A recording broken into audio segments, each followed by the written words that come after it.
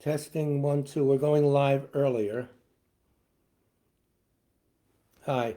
We're on now live about 5 minutes early because we had so much trouble on Saturday with the Facebook broadcast. So I'm on now at an earlier point so we can correct what we have to correct. I'll keep talking for 1 more minute and then I'll say salutes and have some espresso. And that's it. We'll start at 7 o'clock as we usually do. I'm sure Richard Wilson is awake and live, and he's going to go on in the chat box shortly.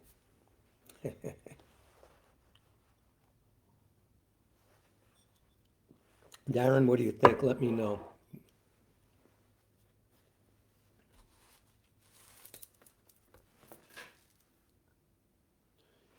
Om Tare Tu Tare Tare Som Tare.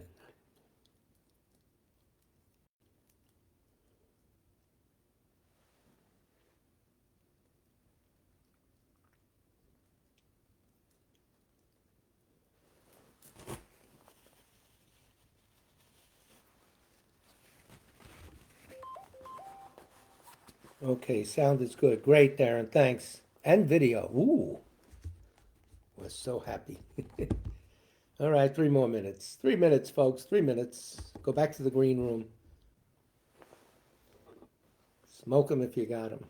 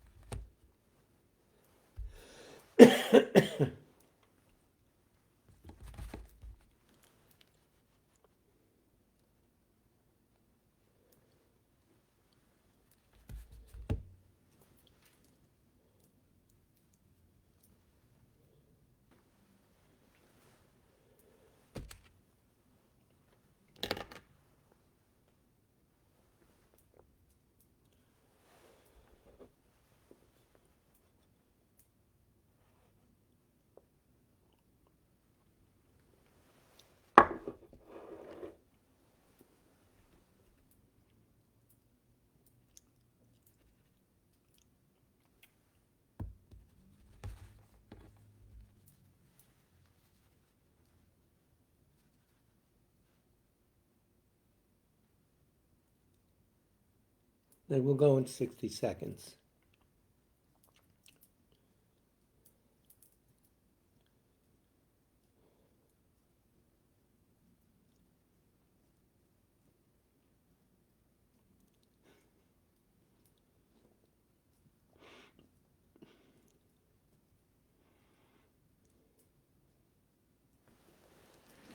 Let's see if the incense is working. Yes, it is.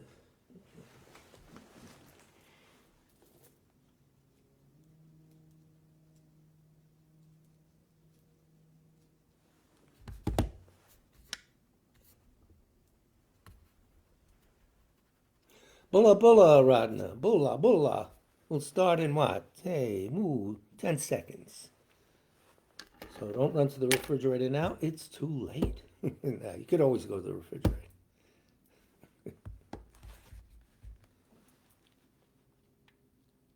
Good evening. It's 7 o'clock here in the northeast. I'll be all right. Of the United States. This is the Tibet Center, Kunchab Tarduling, a Buddhist meditation and study center located in New York City and northern New Jersey, under the direction of His Eminence Chab Ling Rinpoche, and also under the direction of Rato Khensa Thupten Lundup, also known as Geshe Nikki Vreeland. This is our twice weekly presentation of the Buddha Dharma, specifically Stages on the Path to Enlightenment, or the LAM Chenmo of Tsong-kha-pa. Any problems with the sound or picture, please let me know right away. We've had a lot of trouble lately, the last two broadcasts, or whatever you want to call them. All of the prayers that we say are on the Tibet Center website in the FAQ section. If there's anyone for whom you want us to pray for when we do the Sutra of the Recollection of the Noble Three Jewels, put their names in the chat box as soon as possible. Don't wait till the end. We will have to put in Phil Shapiro, which Jane mentioned in her email to us. Phil Shapiro, Dharma practitioner for many years, passed away. So we remember him here. So we'll start. Prayer for the spread of the teachings throughout the length and breadth of the West. By the force of the blessings of the non-fallacious three precious gems and of the truth of our pure selfless wishes, may the precious Buddhist teachings flourish and spread to the expanse of all areas throughout the length and breadth of the West. For all the people living here, together with their near ones who have engaged in the teachings and have faith and respect for them, may all conditions adverse to their practice of the pure Dharma be dispelled, and an excellent collection of favorable conditions increase like the waxing moon. And especially for those who work on methods to accomplish the flourishing and spreading of the victorious one's teachings, which are the source of benefit and happiness, may they never be oppressed by masses of interference and adverse conditions, and may this spontaneously happen just as we have hoped and wished. The Heart Sutra. Thus have I heard once. The Blessed One was dwelling in the royal domain of the Vulture Peak Mountain, together with a big gathering of great monks and great bodhisattvas. At that time, the Blessed One entered the samadhi which examines the dharmas called profound illumination, and at the same time, noble Avalokiteshvara, the bodhisattva, mahasattva, looking at the profound practice of transcendent knowledge, saw the five skandhas and their natural emptiness. Then, through the inspiration of the Buddha, Venerable Shariputra said to Avalokiteshvara, how should those noble ones learn who wish to follow the profound practice of transcendent knowledge? And Avalokiteshvara answered, Venerable Shariputra, whoever wishes to follow the profound practice of transcendent knowledge should look at it like this. Seeing the five skandhas and their natural emptiness. Form is empty. Emptiness itself is form. Emptiness is not separate from form. Form is not separate from emptiness. In the same way, feeling, discriminating awareness, compositional factors, and consciousness are empty. Thus all the dharmas are empty and have no characteristics. They are unborn and unceasing. They are not impure or pure. They neither decrease nor increase. Therefore, since there is emptiness, there is no form, no feeling, no discriminating awareness, no compositional factors, no consciousness. No eye, no ear, no nose, no tongue, no body, no mind, no appearance, no sound, no smell, no taste, no sensation, no objects of mind, no quality of sight, no quality of hearing, no quality of smelling, no quality of tasting, no quality of sensing, no quality of thought, no quality of mind consciousness. There are no nidanas from ignorance to old age and death, nor their wearing out. There is no suffering, no cause of suffering, no ending of suffering, and no path, no wisdom, no attainment, no non-attainment. Therefore, since there is no attainment, the bodhisattvas abide by means of transcendent knowledge. And since there is no obscurity of mind, they have no fear. They transcend falsity and pass beyond the bounds of sorrow. All the Buddhas who dwell in the past, present, and future by means of transcendent knowledge, fully and clearly awaken to unsurpassed, true, complete enlightenment. Therefore, the mantra of transcendent knowledge, the mantra of deep insight, the unsurpassed mantra, the unequaled mantra, the mantra which calms all suffering should be known as truth, for there is no deception. In transcendent knowledge, the mantra is proclaimed, Tayato Om Gate Gate Paragate Parasam Gate Bodhisoha.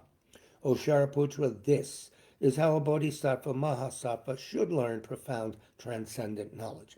Then the Blessed One arose from that samadhi and praised the bodhisattva mahasattva Avalokiteshvara, saying, Good, good, O son of noble family, profound, transcendent knowledge should be practiced just as you have taught, and the Tathagatas will rejoice. When the Blessed One had said to Shariputra and Avalokiteshvara, that whole gathering in the world with its gods, humans, asuras, and Gandharvas, their hearts full of joy, praised the words of the Blessed One. Refuge and Bodhisattva vow, which we recite 3 times, as you all know. With the wish to free all beings, I shall always go for refuge to the Buddha, Dharma, and Sangha until I reach full enlightenment. Enthused by wisdom and compassion today, in the Buddha's presence, I generate the mind for full awakening for the benefit of all sentient beings. As long as space remains, as long as sentient beings remain, until then may I too remain and dispel the miseries of the world. With the wish to free all beings, I shall always go for refuge to the Buddha, Dharma, and Sangha until I reach full enlightenment. Enthused by wisdom and compassion today in the Buddha's presence, I generate the mind for full awakening for the benefit of all sentient beings. As long as space remains, as long as sentient beings remain, until then may I too remain and dispel the miseries of the world. With the wish to free all beings, I shall always go for refuge to the Buddha, Dharma, and Sangha until I reach full enlightenment. Enthused by wisdom and compassion today in the Buddha's presence, I generate the mind for full awakening for the benefit of all sentient beings. As long as space remains, as long as sentient beings remain, until then may I too remain and dispel the miseries of the world. May all the pains of living creatures ripen solely upon myself, and through the might of the Bodhisattva Sangha, may all beings experience happiness. May the teachings which are the sole medicine for suffering and the origin of every joy be materially supported and honored and abide for a very long time. I prostrate to Manjagosha, through whose kindness wholesome minds ensue, and I prostrate to my spiritual masters, through whose kindness I develop. And now, as requested by His Holiness, and we'll recite the prayer written by His Holiness. Prayer for the swift return of Rato Chungla Rinpoche.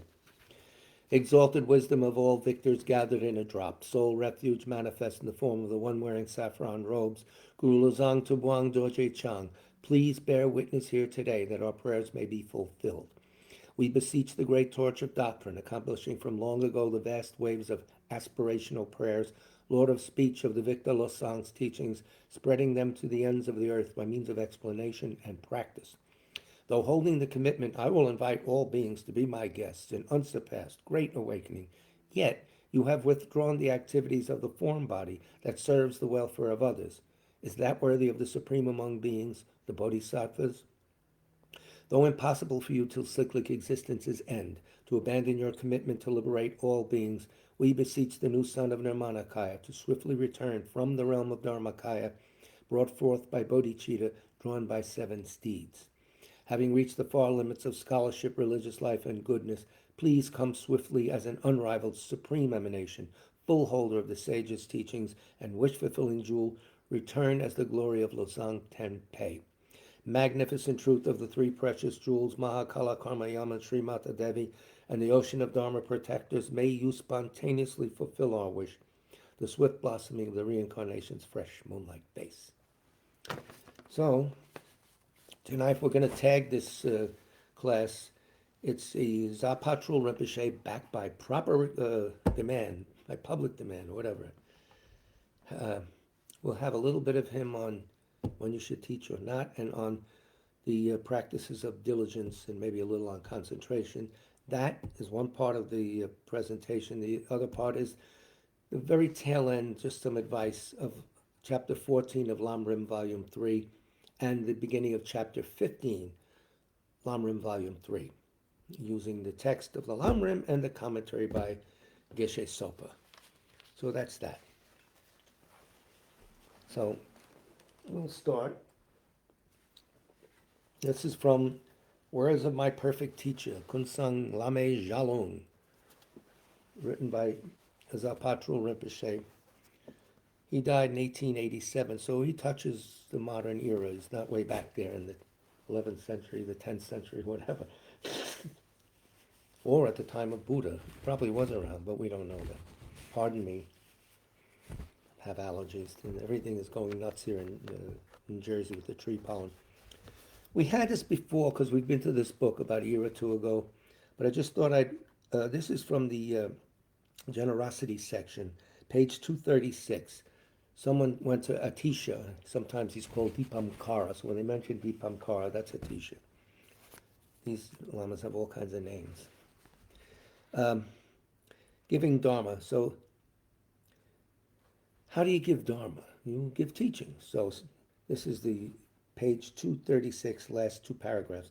This means leading others to spiritual practice by giving empowerments, Zapatrul says, explaining the Dharma, transmitting texts, and so forth. However, to work for the good of others when one's own selfish desires have not yet disappeared would be nothing but a show. He tells it as it is. He doesn't fool around. Because everyone, I want to teach. Oh yeah. Get yourself an outfit, teach, whatever. Let's get real here. Everyone's suffering. This is the remedy for suffering. Let's not take it lightly. Atisha's disciples asked him when they might be able to teach others. Work for others' benefit or perform the transference of consciousness for those who had just died. His reply was this. Oh yeah? You may guide others once you have realized emptiness and developed clairvoyance. Have you? You may work for the benefit once you may work for their benefit. Once for your own benefit, there is nothing more left to do. You may perform the transference for the dead once you have entered the path of seeing, direct realization of emptiness, in other words. He also said, this degenerate time is no time for boasting. It is a time for arousing determination. This is no time for holding high positions. It is a time for keeping to a humble place. This is no time for having servants and disciples. It is a time for living in solitude. This is no time for taking care of disciples. It is time to taking care of yourself. This is no time for analyzing the words. This is a time for reflecting on the meaning. This is no time for being out and about. It is a time for staying in one place.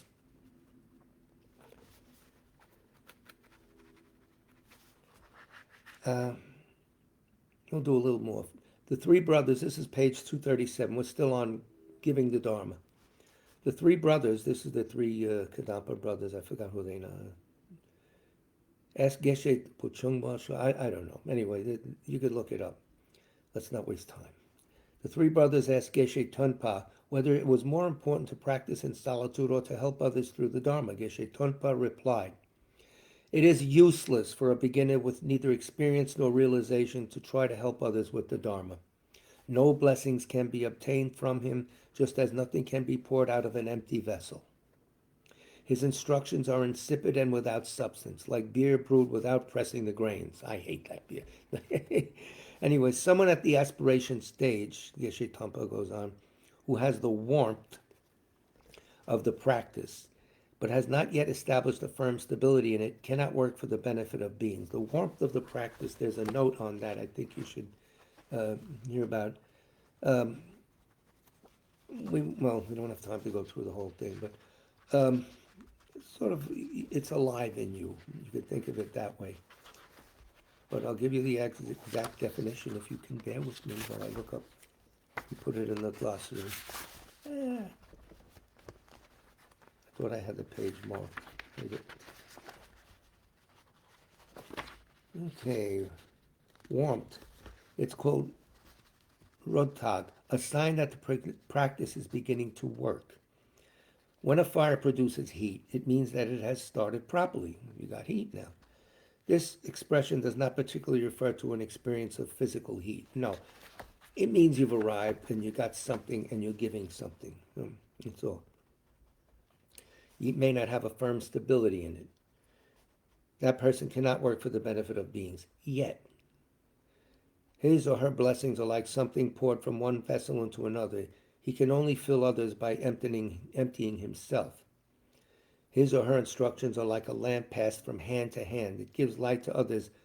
He is left in the dark. Or she. You get the idea? He's trying to give you this image. But someone who has attained one of the bodhisattva levels is ready to work for others' benefit. His or her blessings are like the powers of a wish-granting vessel. He or she can bring all beings to maturity without ever running dry, an endless source. That's what we're looking for. His or her instructions are like a central lamp from which others can take light without it ever being dimmed. This decadent age is therefore not a time for ordinary beings to help others externally, but rather a time for them to live in solitary places and train their own minds in the love and compassion of bodhicitta. It is time to keep away from negative emotion.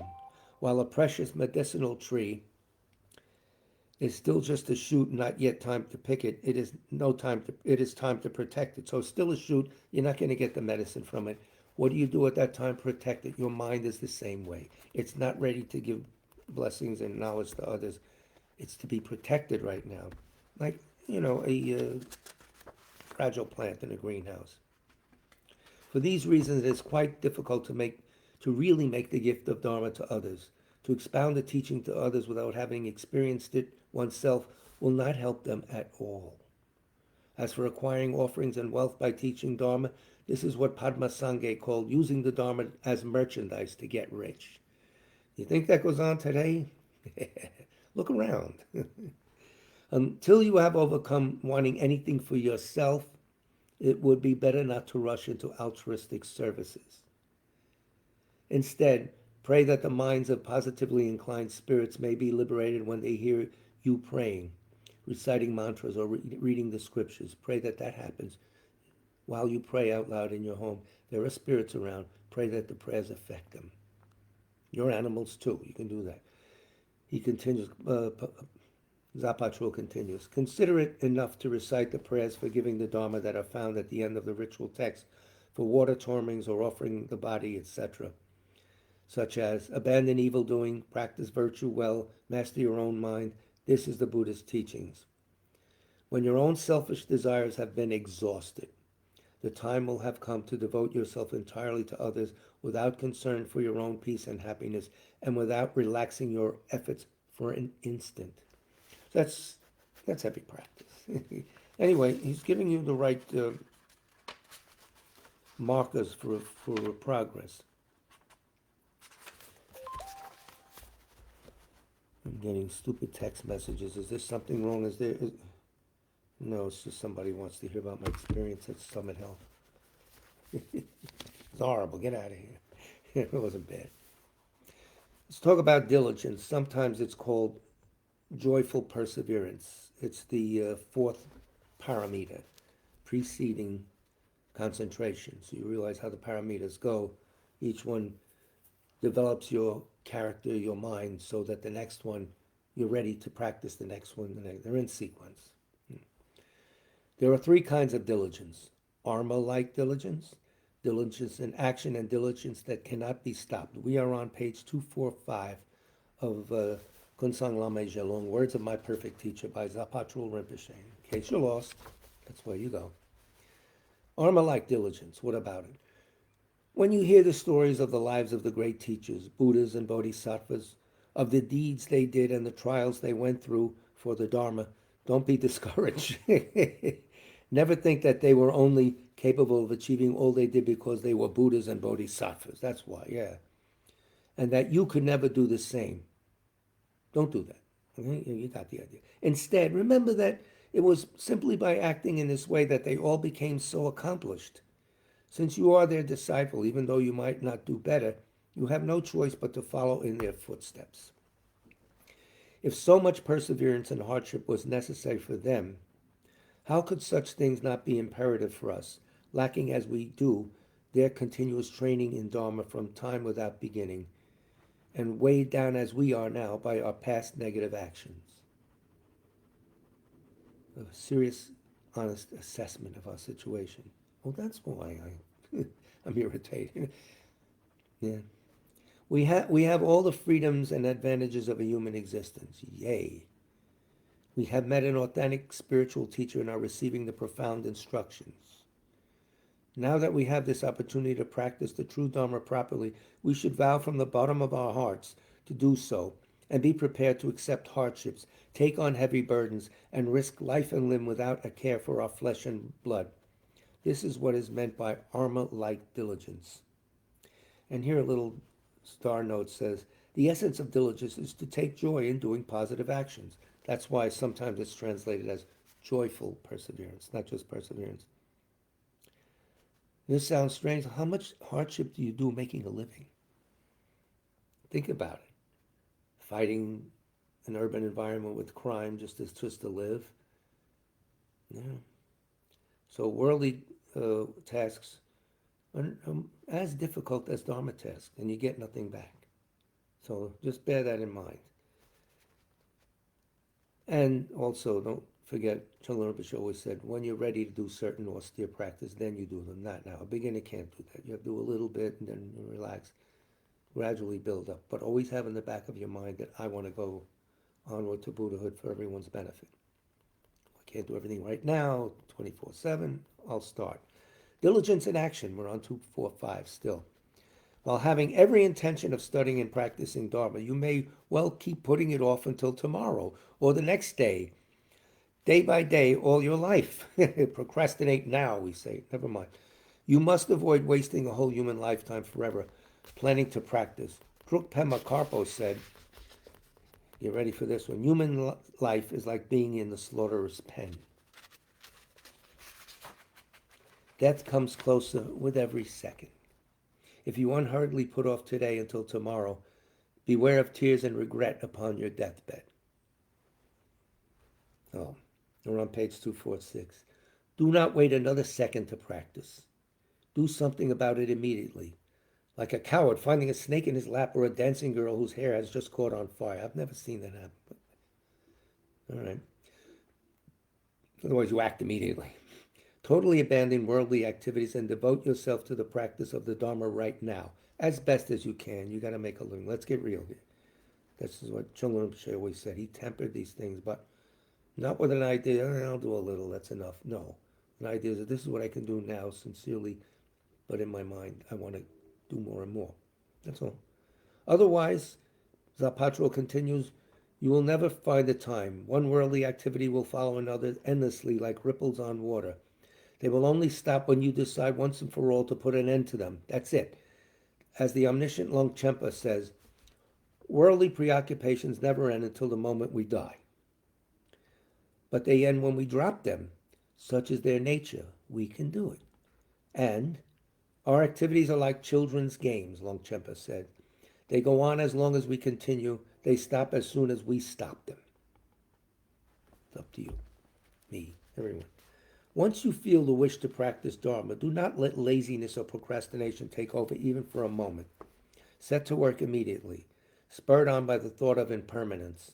That is what is called diligence in action.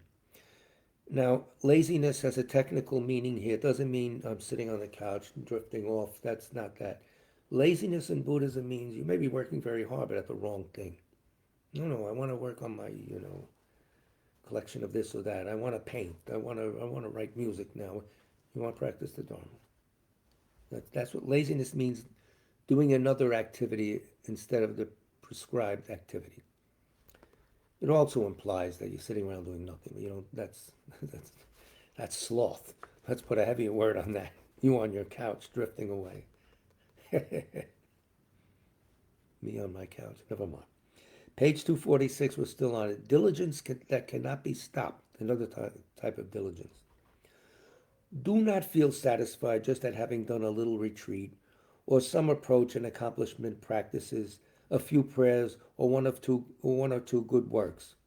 Vow to practice for as long as you live, and determine to keep your efforts going with all the constant power of a great river until you have attained perfect Buddhahood. This perseverance also is an art. You have to know how to parcel out your energy properly so that you don't waver. You're always ready. And when you take a break, it's always a break with the idea, taking a break X amount of time, only so I'm stronger to rejoin the task. You have to remember that. Zapatro goes on. The supreme beings of the past said that one should practice like a hungry yak grazing. All right, what do? As a yak tugs at one clump of grass, its eye is already fixed on the next. Who's at a buffet and does that? You should, as a buffet, people grazing, use that. Anyway, they're eating one clump of grass and then running to the next. In the same way, before you finish one Dharma practice, tell yourself that as soon as you have finished your present practice, you will start this or that new practice. It's a continuum till Buddhism, till Buddhahood, rather. Think of that. This is a cultural thing, because I know both Italian and Chinese families are into food and they're eating and eating. And when they're eating, they talk about the next meal. Hello? Both. I've noticed that in both. Wild.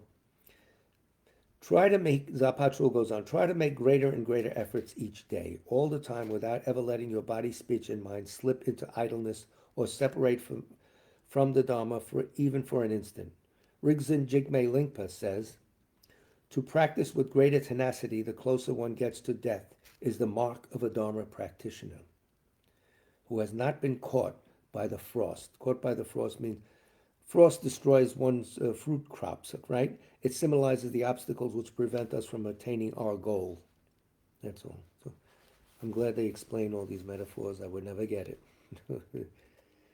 These days, Zapatro goes on page 247, these days, those who are reputed to be great meditators or good lamas are often told by people, now you no longer need to do prostrations, recite prayers, accumulate merit and wisdom, purify obscurations, and all that. You don't have to do that anymore. No.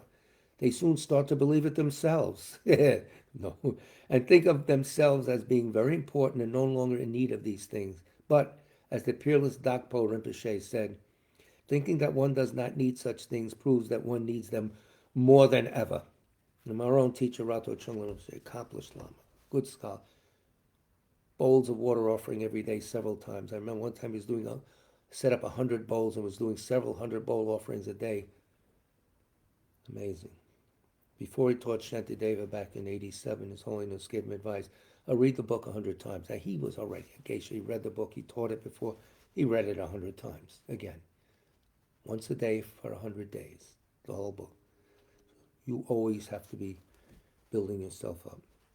That shows a great humility and a great faith in the Dharma, I would think. Anyway, Zapatrul goes on. Never mind what I think.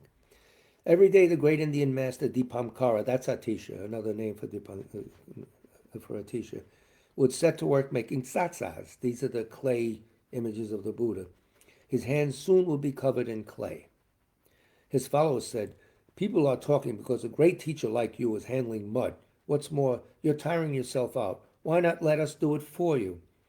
What are you saying, said Dipankara. Are you soon going to start eating my food for me too? So, Zapatrul continues, until you attain perfect Buddhahood, you will still have past actions and tendencies to remove. You'll still have them there. You're not a Buddha. You're not clean totally in your continuum. And will still need to attain more and more spiritual qualities. When you're a Buddha, you could take time off. That's it. You go on vacation. No. Then you spontaneously work for others. But so do not fall into indolent and sporadic practice. Practice Dharma with diligence from the depth of your heart without ever feeling that you have done enough. It makes it easy if you stay with it. You're always going, let me take a break now. It's harder to get back going. You lose the momentum. If you do the momentum properly, if you parcel your energy out properly. I've been told that. I have to learn that myself. But, big deal. I'm a beginner. But I've seen people practice that. Even high practitioners always do the fundamentals. Generally speaking, Zapatrul goes on, whether you attain Buddhahood or not depends solely on your diligence. So make every effort to practice the three kinds of diligence. Someone with exceptional intelligence but only a little diligence will only be an inferior practitioner. But someone with little intelligence and extraordinary diligence will become a superior practitioner. With no diligence whatsoever, all other good qualities will be useless. The omniscient Jigme Lingpa said, no intelligence, no power. No wealth or strength can help. Some without diligence, he is like a boatman whose boat has everything but oars. Oh, it has a motor, never mind. Don't be a wise guy. Continuing on page 248, Zapatrul goes on. Always moderate your eating. Arrive at a balanced amount of sleep. Make your efforts steady and constant. Make your mind like a good bowstring, neither too loose nor too tight. Too loose or too tight? Why do I do that? I don't know.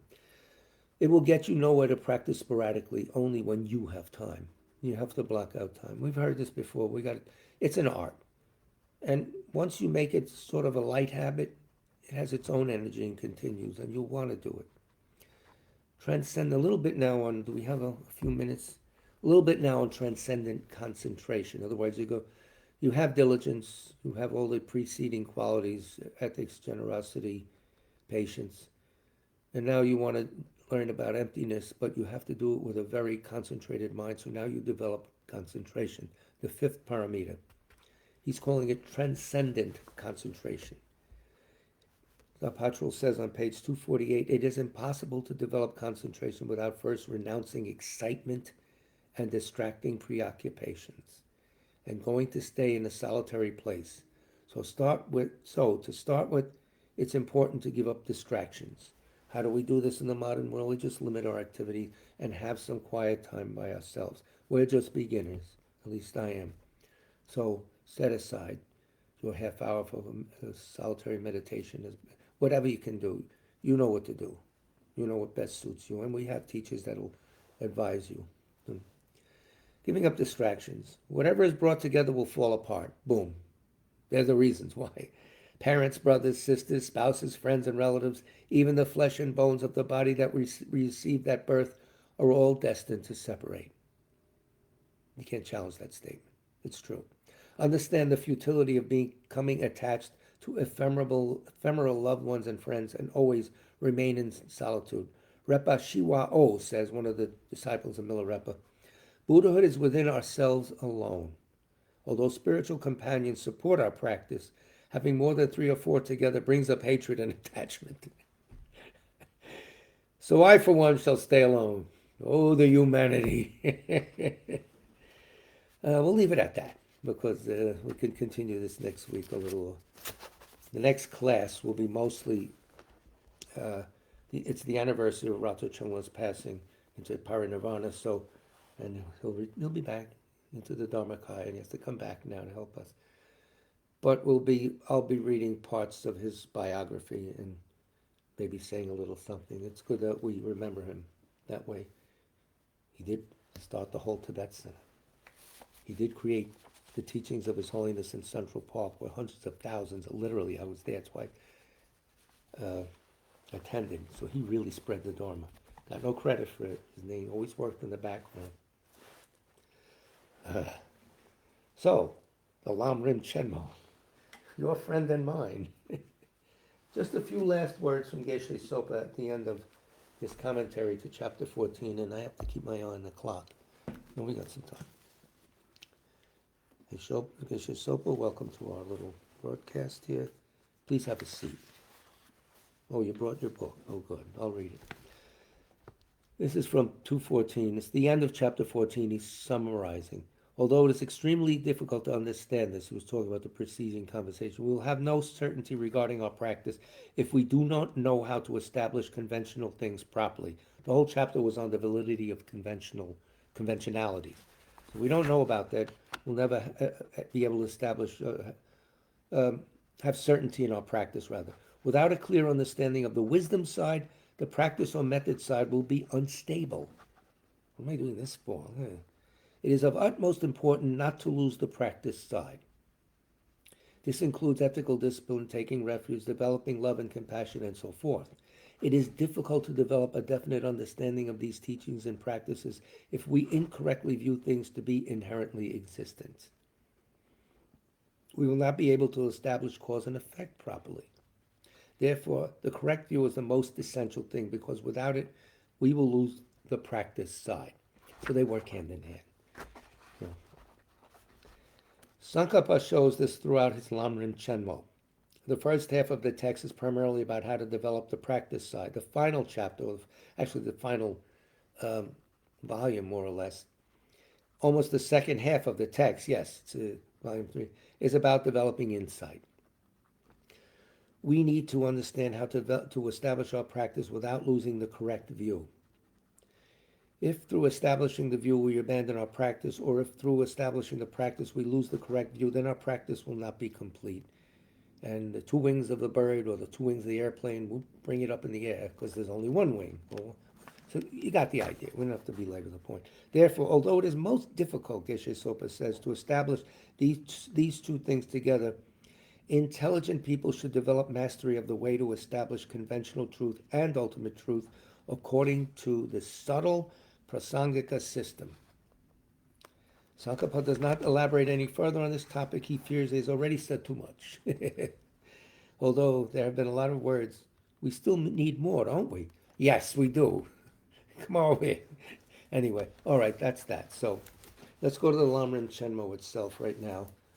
What we'll do with this chapter is take a little bit of Tsong-kha-pa's statement at the beginning of chapter 15, and then go immediately to the commentary, because the statement itself sometimes is bewildering. What is he talking about? Commentary really works. It helps. And since this is recorded, you could listen again and again, or you can get the book. So, this is the Lamrim Chenmo. Great Stages of the Path. Page 185, chapter 15. The title of the chapter is Production is Not Refuted. So this is the text, the hardcore text itself, the root text, that's the word we want.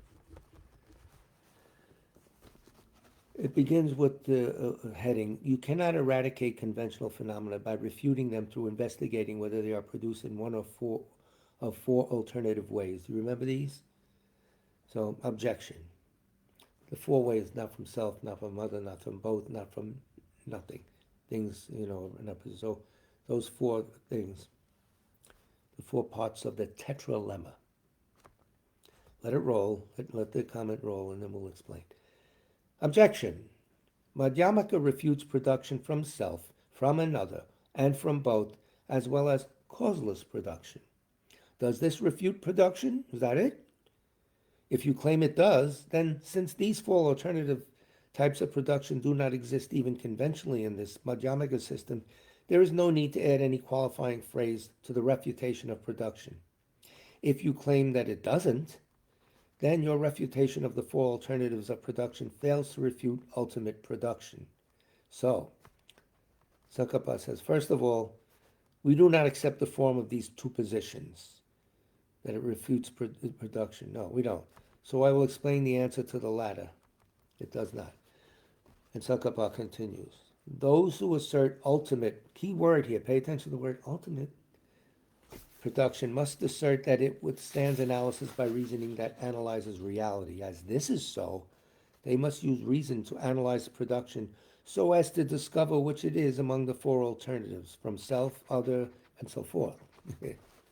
Hence, therefore, those who assert ultimate production are definitely required to assert that it can be analytically fixed within one of the four alternatives. Don't forget, he's talking ultimate production. You'll see when we read the commentary. Because, this is on page 186 now, because we assert mere production, key word, mere production, Psalm in Tibet, the arising of particular effects independent of particular causes and conditions, we do not assert real production. What is he talking about? If you live in the world of inherent existence, yeah, you're going to come out with statements, not from self, not from us, or where the heck's it coming from? Well, we don't live in the world of inherent existence. We see things as illusory, Tsong-kha-pa is saying, near. Yeah, they're not that solid. That's part of, the way you should try to think. That'll explain it. So Tsong-kha-pa continues.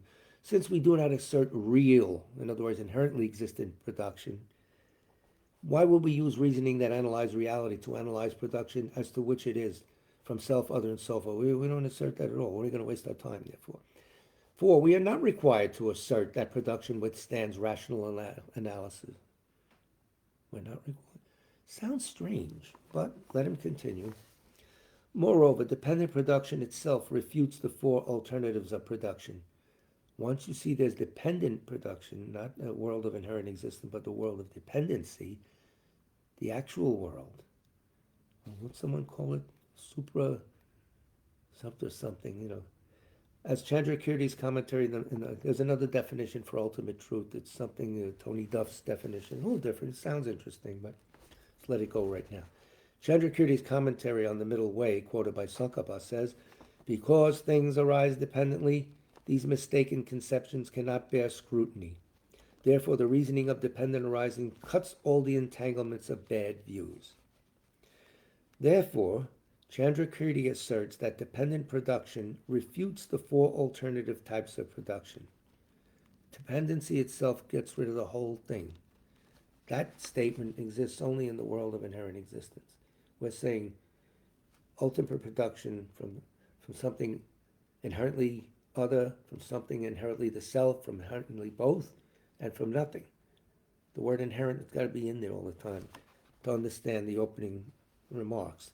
Therefore, Chandrakirti asserts that dependent production refutes the four alternative types of production. However, you claim, Tsong-kha-pa is talking to these people, that if there is no production from among the four alternative types, then even mere production doesn't exist.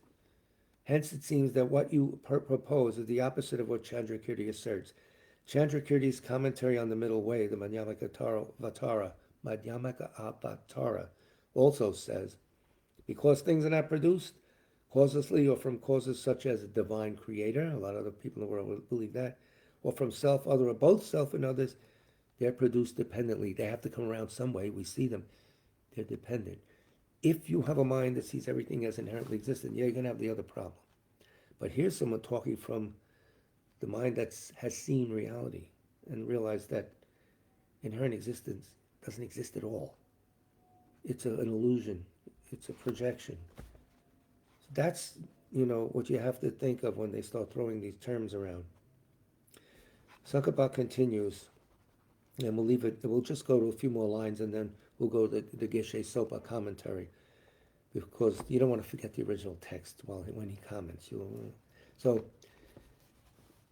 commentaries on the Middle Way, Chandrakirti's commentary on the Middle Way also says, because things are not produced causelessly or from causes such as a divine creator, from self, other, or both, self and other, they are produced dependently. You have to come around some way, we see something dependently. However, according to you, it would be contradictory for Chandrakirti to say this. Therefore, dependently produced, dependent arisings are free from the four extreme types of production. So do not ask, that which is free from extremes, which of the four extremes is it? Once again, these opponents go wrong by not distinguishing no intrinsic production from no production. No intrinsic is what the meaning we're carrying here. They say no production whatsoever. And then they say, well, the world has things produced. So that's what we're talking about. Let's go to Geshe Sopa's commentary on this, so we can still have the idea, the original text, fresh in our memory.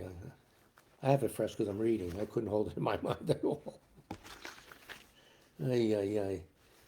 Production is not negated, and this is page 215 of Geshe Sopa's Lamrim commentary, volume 5 of his Lamrim commentary.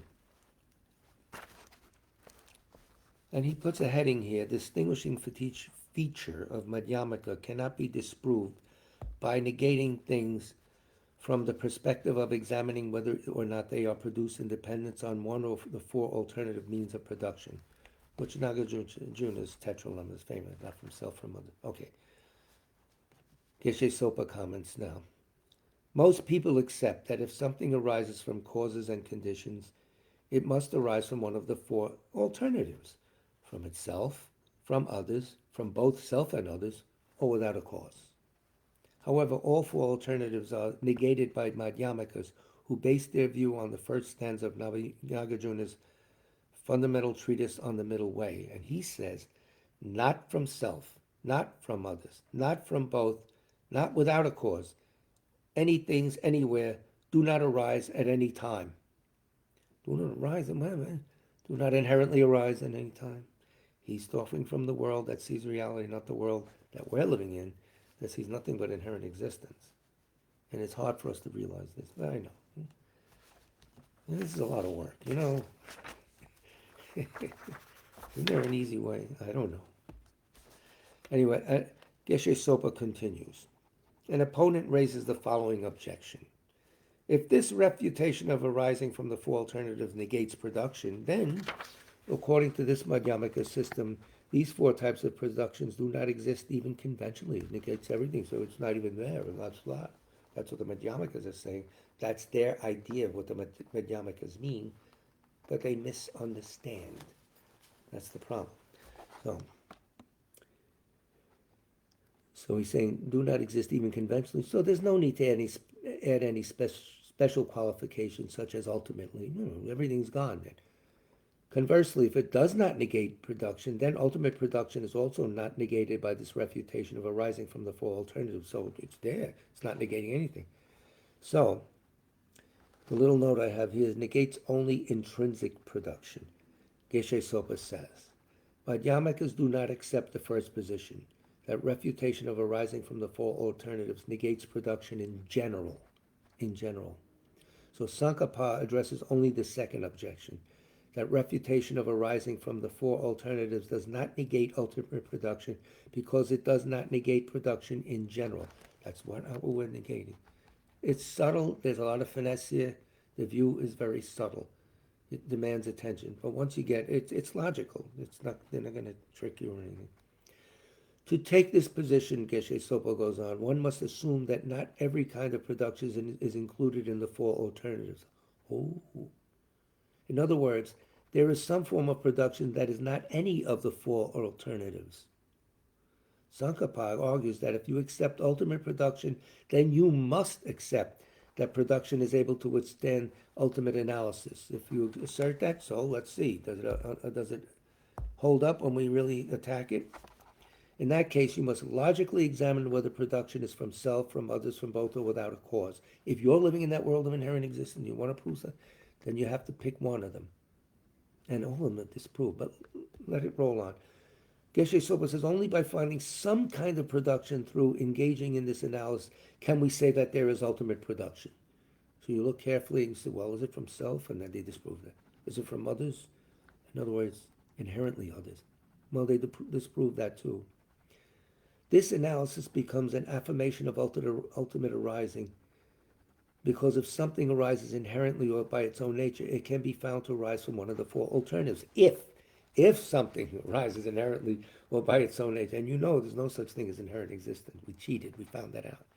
So it can arise inherently. If analysis does not find production from one of the four alternatives, there is no ultimate arising. See, every key word has to be like banged in. Oh well. Middle paragraph, page 216, Geshe Sopa's commentary. Tsong-kha-pa says that the Madhyamikas accept mere production. Here's that word again. The arising of a result in dependence on a cause, yes, but they do not accept ultimate production. The arising of a non-inherently existent result from a non-inherently existent cause, because that's the only way things can be in flux. If they're inherently existent, there can be no cause and effect. Where are you going to find? Everything is sitting there static. But we instinctively think that's the reality. And we have trouble because of it. So they say. I don't know. Because the Madhyamikas, Geshe Sopa goes on, I think we'll end on this little statement. No, maybe we'll take. Because the Madhyamikas do not accept ultimate production, they are not obliged to accept that production is able to withstand ultimate analysis.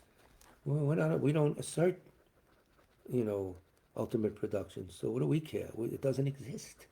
We're not supposed to prove anything about it. It's not there. No.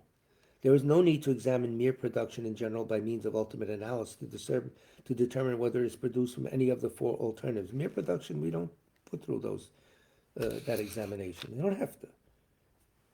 Mere, being non-inherent things, operating on non-inherent things, causing things. No. Getting a vague idea of this? I hope so. I'm trying. Mm-hmm. Now you may wonder, oh yes we do. Why don't the Madhyamikas accept the second of the four alternative means of production, that results arise from other causes? It is obvious that they do not accept the first, that results arise from themselves. Therefore, they do not accept the third, because the third is a mixture of the first and the second. So one is out, the whole thing's out. That results arise from both themselves and others. And the fourth, that results arise without a cause, is impossible. Why? If there was no cause, things would always be there or never there. Remember that? His Holiness repeats that all the time. Somebody says, well, we don't know the cause of this. There's no cause. There is a cause. Otherwise, it would be always there. It would never be there. That's the logic of it. You can't fight that. That's pretty interesting. So what is the matter with arising from others? Yeah, what's the matter? Hey, actually, this is the basis of the difference between the Svatamika Madhyamika and the Prasangika Madhyamika systems. All right, here we go. The Svatamika Madhyamika, Yogacara, and other Buddhist systems assert there is production from other causes, inherently other causes. In a general context, when we say arising from others, the word others indicates that a cause and its effect are different from each other. However, according to them, just merely different from each other. However, according to the Prasangika, this is not what is meant in the context of an ultimate analysis. Tsong-kha-pa explains, and he will explain it the next Dharma class. Probably not Wednesday night, but the following Monday, because Wednesday night it will be probably totally developed to reading from Rato Chungla's biography to, keep his memory going and to acknowledge all the work he's done for us. So, for whom will we say our prayers? I remember Phil Shapiro's one. Who else do we have? Oh, it's Ed Shapiro. Oh, God. Phil Shapiro's a guy I know. Let's see. Eddie Shapiro. For me, Swami Brahmananda. For the Sutra 3. Thanks, Jane. Charlie. Who else? Somebody said Jim Brown, the football star. Jim Brown, yes, who was not only a football player, but he was a worker for civil rights, etc. Tireless worker, good person. Sutra of the Recollection of the Noble Three Jewels. I prostrate to the Omniscient One. Thus the Buddha, Bhagavata, Tathagata, Arahat, Samyak Sang Buddha, the learned and virtuous one, the Sugata, the knower of the world, the charioteer and tamer of beings, the unsurpassable one, the teacher of devas and humans is the Buddha Bhagavat. The Tathagata is in accord with all merit. He does not waste the roots of virtue. He is completely ornamented with all patience. He is the basis of the treasures of merit. He is adorned with the minor marks. He blossoms with the flowers of the major marks. His activity is timely and appropriate. Seeing him, he is without disharmony. He brings true joy to those who long with faith. His knowledge cannot be overpowered. His strengths cannot be challenged. He is the teacher of all sentient beings. He is the father of bodhisattvas. He is the king of noble ones. He is the guide of those who journey to the city of nirvana. He possesses immeasurable wisdom. He possesses inconceivable confidence. His speech is completely pure. His melody is pleasing. One never has enough of seeing him. His form is incomparable. He's not stained by the realm of desire. He's not stained by the realm of form. He's not affected by the formless realm. He is completely liberated from suffering. He is completely and utterly liberated from the skandhas. He is not possessed with dhatus. His ayatanas are controlled. He has completely cut the knots. He is completely liberated from extreme torment. He is liberated from craving. He has crossed over the river. He is perfected in all the wisdoms. He abides in the wisdom of the Buddha Bhagavats who arise in the past, present, and future. He does not abide in nirvana. He abides in the ultimate perfection. He dwells on the bhumi where he sees all sentient beings. All these are the perfect virtues of the greatness of the Buddha Bhagavat. The Holy Dharma is good at the beginning, good in the middle, and good at the end. Its meaning is excellent. Its words are excellent. It is uncorrupted. It is completely perfect and completely pure. It completely purifies. The Bhagavat teaches the Dharma well. It brings complete vision. It is free from sickness. It is always timely. It directs one further. Seeing it fulfills one's purpose. It brings discriminating insight for the wise. The Dharma, which is taught by the Bhagavat, is revealed properly in the Vinaya. It is renunciation. It causes one to arrive at perfect enlightenment. It is without contradiction, it is pithy, it is trustworthy, and puts an end to the journey. As for the Sangha of the great Jnana, they enter completely, they enter insightfully, they enter straightforwardly, they enter harmoniously. They are worthy of veneration with joined palms. They are worthy of receiving prostration. They are a field of glorious merit. They are completely capable of receiving all gifts. They are an object of generosity. They are a great object of complete generosity. The protector who possesses great kindness, the omniscient teacher, the basis of oceans of merit and virtue, I prostrate to the Tathagata. Pure, the cause of freedom from passion, virtuous, liberating from the lower realms, this alone is the supreme ultimate truth. I prostrate to the Dharma, which is peace. Having been liberated, they show the path to liberation. They are fully dedicated to the disciplines. They are a holy field of merit and possess virtue. I prostrate to the Sangha. I prostrate to the Buddha, the leader. I prostrate to the Dharma, the protector. I prostrate to the Sangha, the community. I prostrate respectfully and always to these three. The Buddha's virtues are inconceivable. The Dharma's virtues are inconceivable. The Sangha's virtues are inconceivable. Having faith in these inconceivables, therefore the fruitions are inconceivable. May they be born in a completely pure realm. Maybe Shapiro. I know. I'm ready for the bottle. Mine does not work anymore.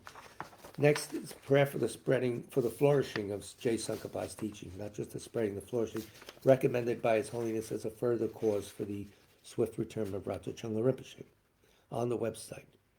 Though he's the father, producer of all conquerors, as a conqueror's son, he produced the thought of upholding the conqueror's dharma in infinite worlds. Through this truth, may the conqueror Losang's teachings flourish.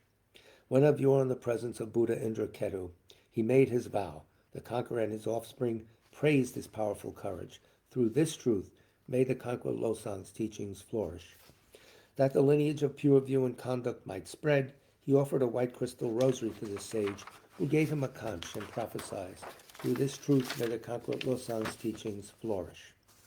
His pure view free of eternity or destruction. His pure meditation cleansed of dark fading and fog. His pure conduct practiced according to the conqueror's orders. May the conqueror Losang's teachings flourish. Learn, since he extensively sought out learning. reverent, rightly applying it to himself. Good. Dedicating all for beings and the doctrine, may the Kankwa Losang's teachings flourish. Through being sure that all scripture is definitive and interpretive without contradiction. Advice for one person's practice. He stopped all misconduct. May the Kankwa Losang's teachings flourish. Listening to explanation of the three Pitakas, realized teachings, practice of the three trainings, his skilled and accomplished life story is amazing. May the Kankwa Losang's teachings flourish. Outwardly calmed and subdued by the hearer's conduct, inwardly trusting in the two stages practice, he allied without clash the good paths of Sutra and Tantra. May the Kankwa Losang's teachings flourish. Combining voidness explained as the causal vehicle, with great bliss achieved by method, the effect vehicle. Heart essence of 80,000 Dharma bundles, may the Kankwa Losang's teachings flourish. By the power of the ocean of oath-bound doctrine protectors, like the main guardians of the three beings' paths, the quick-acting Lord, Vaishravana, Karmayama, may the Kankwa Losang's teachings flourish. In short, by the lasting and glorious Guru's lives, by the earth being full of good, learned, reverent holders of the teaching, and by the increase of power of its patrons, may the Kankwa Losang's teachings flourish. And now we have as our final component 8 verses on training the mind. With the determination to accomplish the highest welfare of all sentient beings, who surpass even a wish-granting jewel, I will learn to hold them supremely dear. Whenever I associate with others, I will learn to think of myself as the lowest amongst all, and respectfully hold others to be supreme from the very depths of my heart. In all actions, I will learn to search into my mind, and as soon as a disturbing emotion arises, endangering myself and others, I will firmly face and avert it. I will learn to cherish ill-natured beings, and those oppressed by strong misdeeds and sufferings, as if I had found a precious treasure difficult to find. For some of us, it's easy to find. Never mind, no jokes. When others out of jealousy treat me badly, with abuse, slander, and so on, I will learn to take all loss and offer the victory to them. When the one whom I benefited with great hope unreasonably hurts me very badly, I will learn to view that person as an excellent spiritual guide. In short, I will learn to offer to everyone without exception all help and happiness directly and indirectly, and respectfully take upon myself all harm and suffering of my mothers. I will learn to keep all these practices undefiled by the stains of the 8 worldly concerns, and by understanding all phenomena as like illusions, be released from the bondage of attachment. So the meaning of this whole thing is not a political meaning at all. It's spiritual training. These things that happen to you, you caused. Don't blame anyone else. Don't blame the society. Don't blame it. You caused them. Eat the karma right now. Your bad karma is being dispelled by these tough times. You're using difficulties to progress yourself along the path. You got the idea. I don't have to. I mean, this is not going to fly in the world. Give the victory to others, but anyway, as I mentioned before, the next class will be a celebration of Rato Chungla's life a little bit. I don't know if we'll have there's a ceremony probably taking place in a few hours at Rato Monastery itself. Nikki is there. A whole bunch of ceremonies regarding his 1-year anniversary. I had asked that someone tape it. Hopefully, well, it'll be in Tibetan probably, but the chanting is the chanting, and maybe someone will comment in English explaining it, or maybe Nikki later on but let's hope we can get a copy of that, if someone does it, first of all. So that's on tap for Wednesday night. Hopefully, Nikki will return in July and become a resident teacher here again. And Tenzin Karuna, a.k.a. Jackie Healy, will be here in mid-July, and we'll do some teachings here. So we have a program unfolding for the next few months. So this is a very hard topic. Thank you for your patient listening. Big love to all of you.